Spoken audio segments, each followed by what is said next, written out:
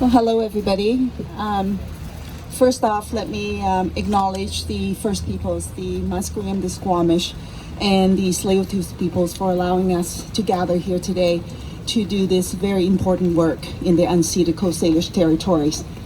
I also want to take a moment and to say thank you to all of the organizers, the building trades, the labor movement, for bringing us together today to commemorate and to honor the 4 young men that died some 31 years ago.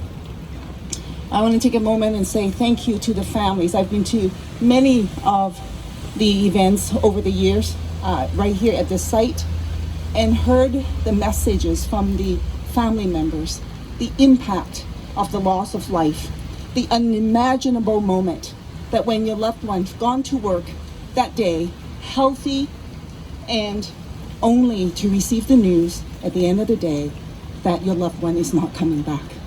And the lasting implication of that and what it means. And over the years, the incredible advocacy that's been done to raise awareness, to demand change, to say that this cannot be allowed to happen. No family should have to suffer through what families who've had loved ones lost as a result of a workplace injury or death. As we heard from the Minister of Health, from Adrian Dix, my good friend, and he cited examples time and again, and every time when I hear news of that, it shakes me to the core, and I sit down and I think, how is this allowed to happen, to continue to happen, as we know that one death is too many, one injury is too many. And all of this could be preventable. It does mean that the employer needs to take initiative. It does mean that government needs to change policy. It does mean responsibility and action at every single level to prevent injuries and death. We gather here today and we say no more. But of course, we look back. And just last year, as I understand, some 28 people died just in 2019. Now it's weird, I know it's 2020, it makes me feel like I'm in a sci-fi movie. I didn't think that was gonna last this long. But you know, that's reality of what we're faced with, right?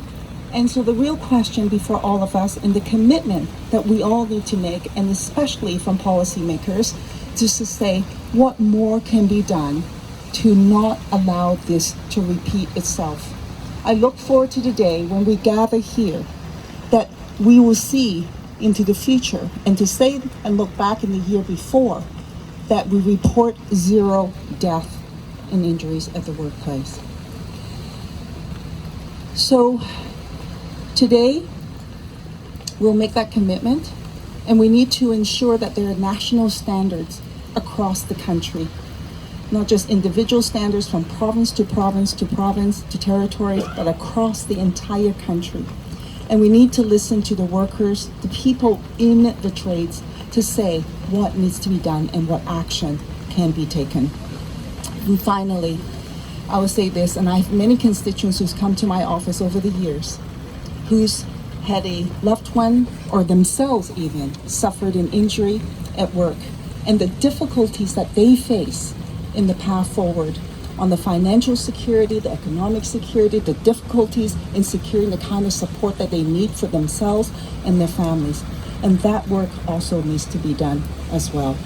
So with that, I want to say thank you to all of you, Tom, to the building trades, the Federation of Labor, to all the labor movement brothers and sisters who's done this work, who continue to do this work each and every day to remind us, to educate us, and to say no more. Thank you.